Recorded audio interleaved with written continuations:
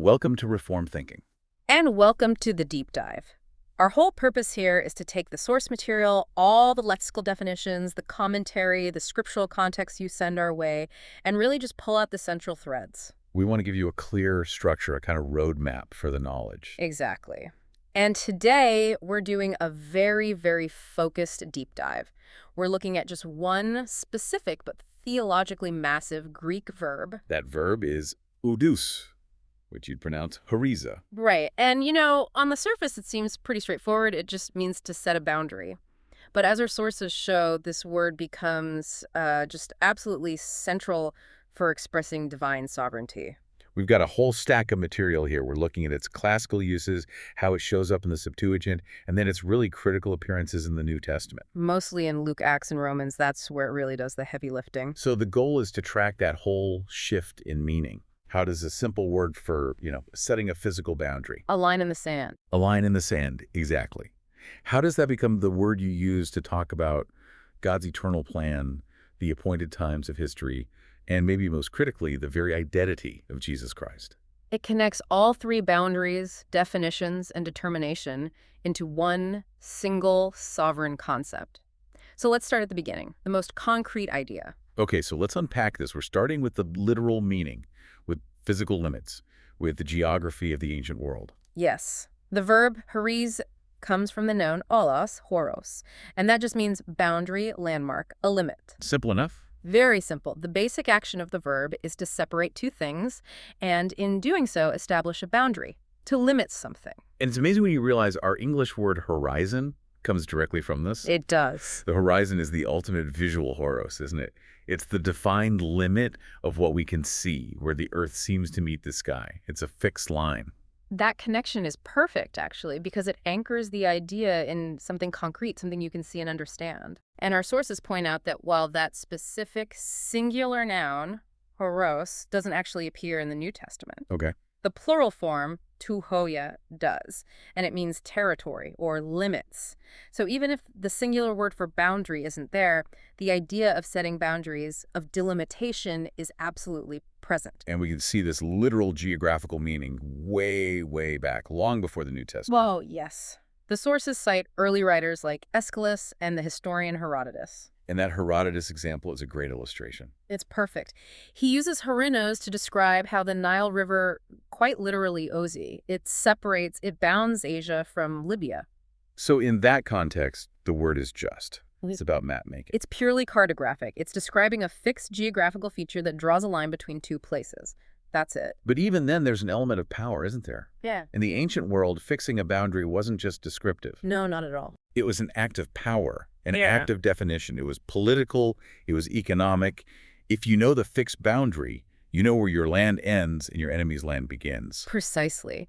And that concept, that idea of an authoritative boundary, carries directly into the Greek Old Testament, the Septuagint. The LXS. The LXX, right. And here the verb is used constantly for fixing the physical borders of Israel during the occupation of the Promised Land. So this is where the simple geographical idea starts to pick up theological weight. Yeah. Because God isn't just a geographer. He's a covenantal geographer. Yes. Absolutely. When the text describes the land boundaries, horizō means that this boundary has been fixed, it's been limited, and it's been declared by God's own authority. You see it in places like Numbers 34, right? Detailing the western boundary. Numbers 34.6, yes. And also Joshua 15 and 18, laying out the borders for the individual tribes. And the sources confirm that in these Old Testament passages, horizō is the word they often choose to translate the Hebrew word givul. Javul, yes, which means boundary or territory. But the point here isn't just that a line exists on a map. No. The point is the act of establishing it. The act of setting apart a land for people, of covenantally drawing a line around that space. That is a deliberate, sovereign action from God. He doesn't suggest limits, he sets them. And that really does set the stage for the next move the word makes. It's a very small step. If you could set a fixed boundary in physical space, you can set a fixed boundary around an idea. Exactly right. The usage just naturally moves from the physical world to the intellectual world. This second sense means to define concepts, to set limits to an idea, or to explain it. So when you set a boundary around a concept, you're saying what it is And what it isn't. and what isn't. You're defining its extent. You're saying this idea goes this far and no further. To define something is to limit it. Yes, and this becomes crucial for the early church. You have to remember they were constantly defining themselves against other philosophies, against what they considered heresies. So they needed a language of definition. They needed a language of authoritative, fixed definition, and we find this amazing example of this in an early Christian text that our source material brings up. It uses Horizō to talk about a theological unity. The phrase is tato kata so ata oshaisen. Which translates to, he defined the water and the cross together. Okay, let's stop there. Why is that specific example so important? I mean, couldn't the author have just said he explained or he connected them? Why use Horizō? Because using Horizō implies finality. It implies authority. Yeah. Think about the battles the early church was fighting. You had ideas like Docetism, which tried to separate the spiritual Christ from the real physical suffering on the cross. Right. Or Gnosticism, which might diminish the physical act of baptism. Precisely. So by saying he defined them together, the author is setting a fixed doctrinal boundary. He's drawing a line and saying that any proper understanding of the faith must hold these two things, baptism and the cross in unity. So to cross that boundary is to misunderstand the faith. It's to fall into error. It shows that the concept of setting a limit has now become the language of theological authority. It's about building doctrinal guardrails. A definition, at its core, is a form of fixed intellectual limitation. And if that limit is set by the ultimate authority, by God himself, then that boundary, that definition is unalterable. It's fixed. And this is the whole foundation we need to grasp what happens next when the word is used to talk about divine decree. Okay, that lays the groundwork perfectly. If Horizō can draw a fixed line on a map, and it can draw a fixed line around a doctrine, the next step is applying that same fixed line to the flow of time itself, to history. Yes, that's the transition. We're now at the second major use of Horizō. It now means to make a determination about something, to determine, to appoint, to fix, to set. The limitation isn't just spatial anymore, it's temporal. The boundary is now being applied to time. And again, this usage was already around before the New Testament writers pick it up. Oh, yes. The sources bring up the orator Demosthenes, where he says, the law fixed the time. Omas tund orsein. And the Jewish historian Josephus talks about the appointed time. Esten osmanon kai. So in those cases, the authority is the law, or maybe a king. The time is set by a human power. Right. It's not left to chance. It's delimited by some determining authority. But when the New Testament authors use this temporal meaning, they almost always point it back to the ultimate authority. Back to God's action. Exclusively. The clearest example is probably Hebrews 4:7. The author is talking about the offer of the Sabbath rest. And he says that God pifin oroara. God sets or fixes a certain day. He's arguing that the offer of rest isn't just something in the past. God is actively drawing a boundary around a new day, a new opportunity, defining when you can enter that rest. But the one verse that seems to pull the spatial and the temporal together into one huge statement about God's sovereignty is Acts 17.26. Ah, yes. Paul's sermon on Mars Hill. To the Athenians, this verse is just critical. It really is. Paul declares that God othesos damis, kairos God, fixed appointed times, and also tosos saves, the limits or the boundaries of human habitation. Let's just sit with that for a second. That's an incredible statement about God's providence. It is. He didn't just, create the world and then step back to watch it unfold. Paul is saying he fixed the schedule of human history, the appointed seasons and times, the kairos and plos. He also fixed the physical boundaries, the othesis, of where every person and every nation would live. He established the entire framework, the whole stage for human civilization. Think about what that implies. Every national border, every historical age, the rise and fall of every single empire. It all happens within parameters that God has Horizō'd. He set the boundaries for when and for where. And the very next verse in Acts, verse 27, tells us why he did this. It gives the purpose. That they should seek God, if perhaps they might grope for him and find him. Exactly. So the limits aren't arbitrary. The boundaries, the determined times, they are all established for the purpose of pushing humanity toward God. The very boundaries of our existence are designed to funnel us toward recognizing our dependence on him. It makes both history and geography deeply theological. They're not chaotic forces. They are ordered tools. Tools of divine pedagogy, Yeah. yes. And our sources point out something interesting here that confirms this idea. There's a textual variant in some manuscripts for this verse. Right. Instead of prostatabinus, some manuscripts have protabinus. The difference is subtle, but it means pre-appointed or pre-ordered. So the early interpreters were already leaning into the idea of predetermination. Immediately, they read this fixing of time as something that stemmed from God's prior eternal counsel. The act of fixing was understood to be an act of prefixing. Okay, so if God can fix space and time, then fixing rules and decrees seems to follow pretty naturally. It's the same logic. Horizō comes to describe the authoritative action of establishing a rule that demands you follow it. And we see this in some of the early Christian writings our sources cite. The Epistle to Diognetus, for instance. Yes, it describes the laws as ora usuminoi numo, the established laws. You see, the act of making a law is literally setting a boundary around acceptable behavior. Limiting your actions. Yes. And it even extends to church government.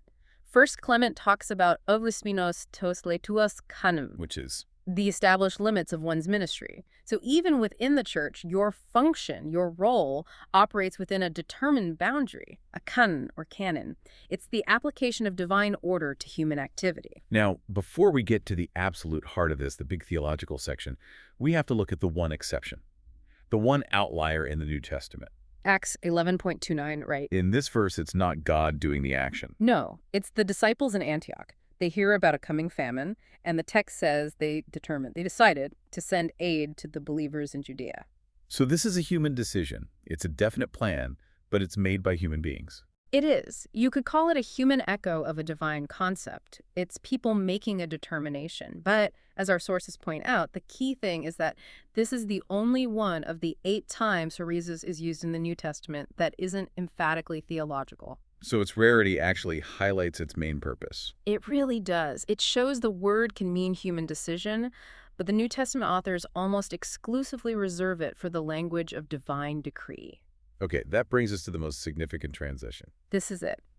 We're moving from fixed times and human decisions to the absolute center of the word's meaning, God's ultimate decree and his foreknowledge. This is the heart of what the Reformed tradition understands as God's meticulous sovereignty. And this is where horizos becomes the linguistic bedrock for predestination.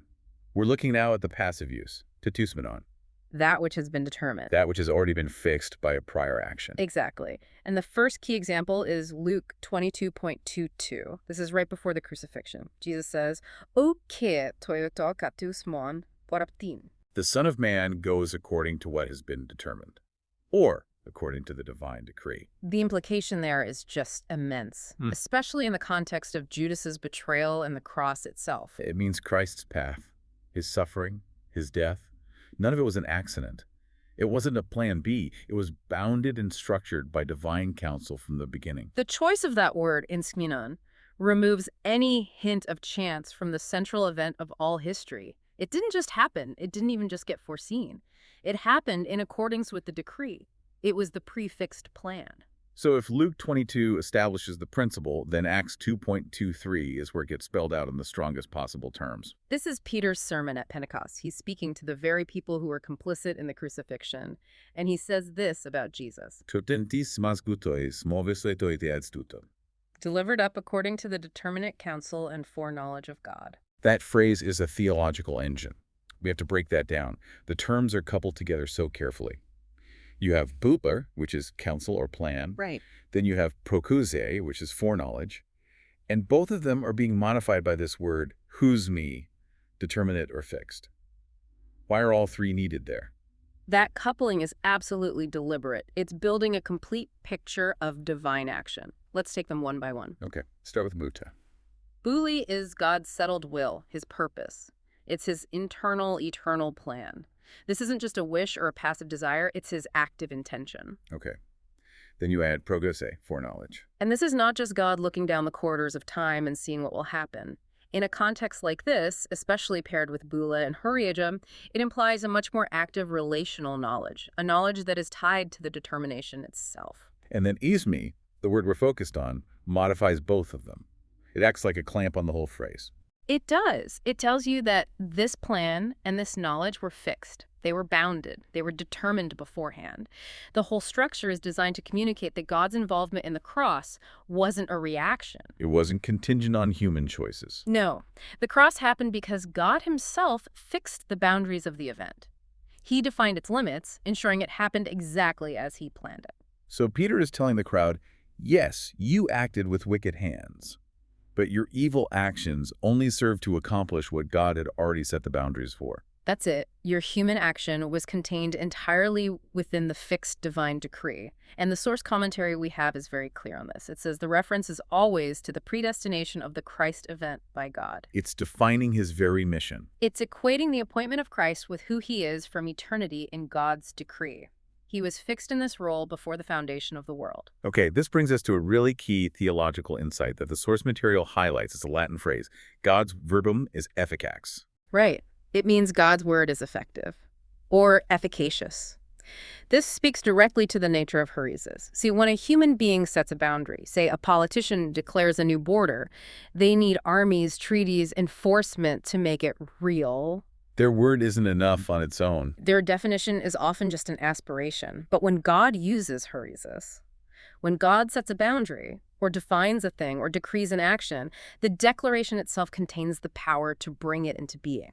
So his word accomplishes what it says. A divine declaration is the same thing as a divine appointment. His intention and his action are one. If he says something is fixed, it is, by that very declaration, done. So to be defined by God is, in a very real sense, to be established by God. Precisely. And this is why a simple word for boundary can be used for the most profound acts of God's will. It shows the decree isn't just an idea in his mind, it's the ultimate fixed reality that governs everything. And this isn't some later interpretation, is it? The idea that horizos is linked to eternal predetermination was there from very early on. We can see it in the manuscript tradition. The sources point out that in some ancient copies of Romans 1.4, the scribes actually substituted prorisitas. Which means foreordained or predestined. Yes, they swapped it in for ousastasis. And we saw the same kind of thing with Acts 17.26 with the variant protokomus. The early scribes were already making the connection themselves. They were. For them, the difference between setting a fixed limit, horizos, and setting that limit from eternity, pertrizos, was almost non-existent. The fixed limit was just assumed to originate in God's eternal decree. So that provides the whole theological framework. Mm. Horizos is the action of God fixing reality.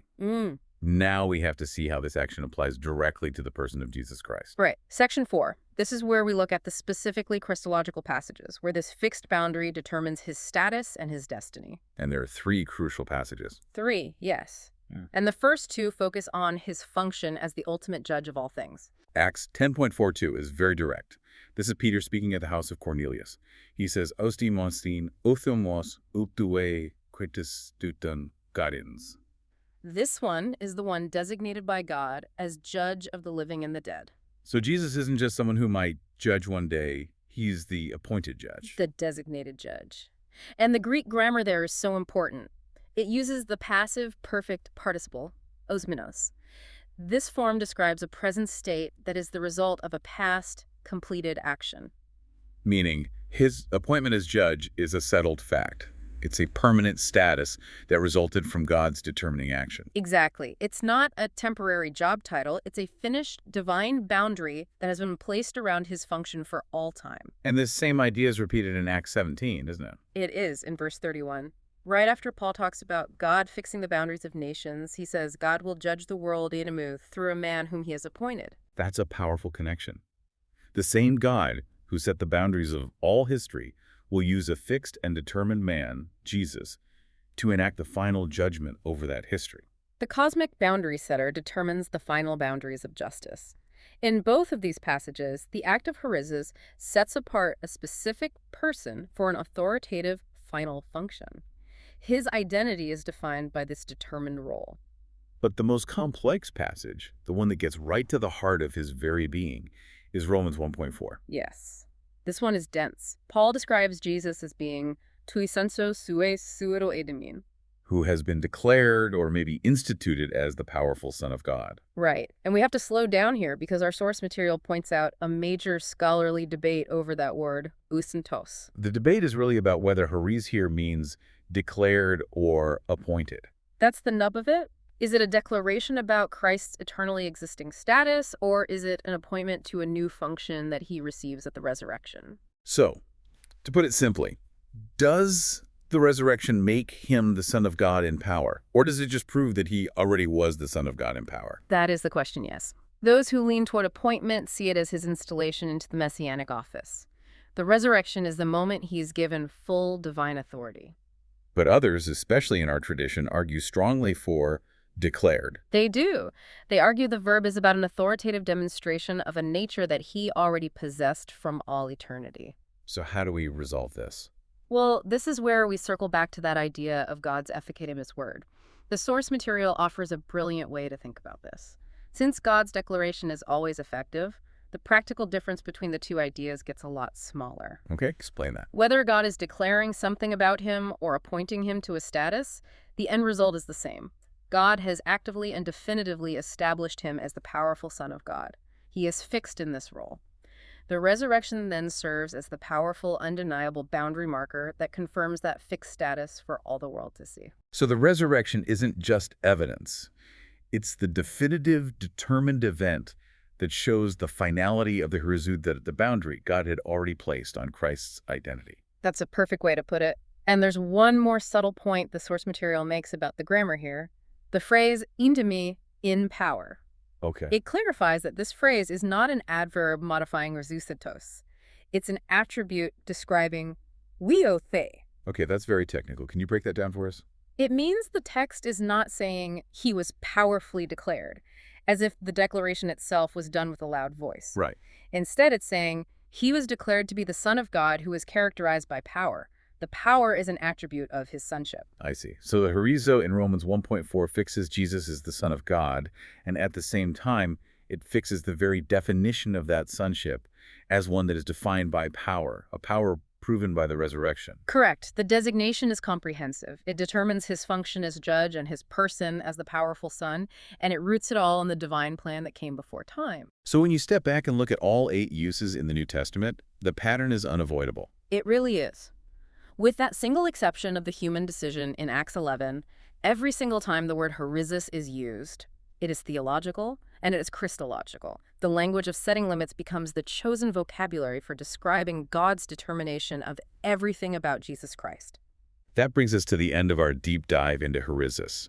It's incredible how one single verb can provide such a foundation for understanding the scope of God's sovereignty. It's a remarkable word. So let's quickly summarize the 3 main applications we've traced for you, the listener. We saw horizos move through these stages. Right. First, it starts by defining reality. It sets physical or conceptual boundaries. That's the Nile River, or it's the doctrinal line drawn around the unity of the water and the cross. Then second, it becomes the language of fixing things, fixing times, laws, ordinances.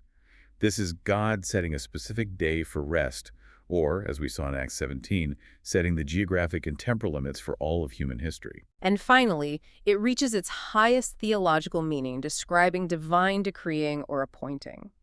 This is the fixed, determinate counsel of God, the bulo and prognosis, that governs all of salvation history, and specifically fixes the identity of Jesus as the determined judge and the powerful Son of God.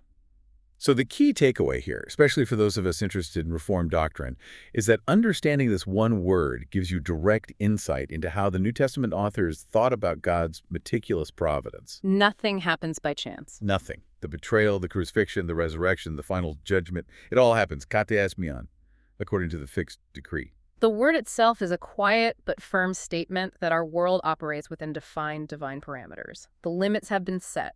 God is the one who actively defines reality, and his definition is effective. So we want to leave you with a final thought to think about, one that comes directly from that incredible passage, Acts 17.26. If God has fixed the times and the boundaries of our lives for the specific purpose that we might seek him, how does that idea of divine limits affect how you see your own daily life? If the very place you inhabit, the area you live in, the circumstances around you, if all of it is subject to a fixed, intentional, divine boundary marker, what does that say about your responsibility and purpose right now, right where you are within those fixed limits? That is something worth carrying with you. Thank you for joining us for the deep dive. Until next time.